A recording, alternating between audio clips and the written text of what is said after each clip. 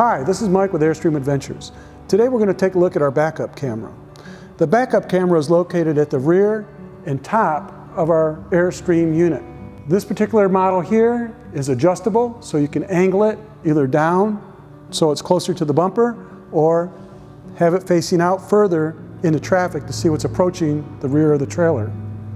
Each system comes with an LCD monitor.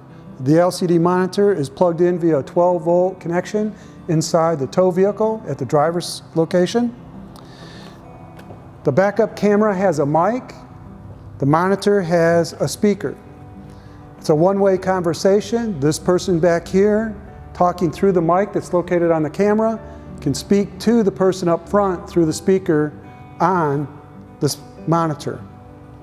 It's important to know that the connection that makes the wireless link between the monitor and the backup camera is controlled via your headlight switch inside your tow vehicle.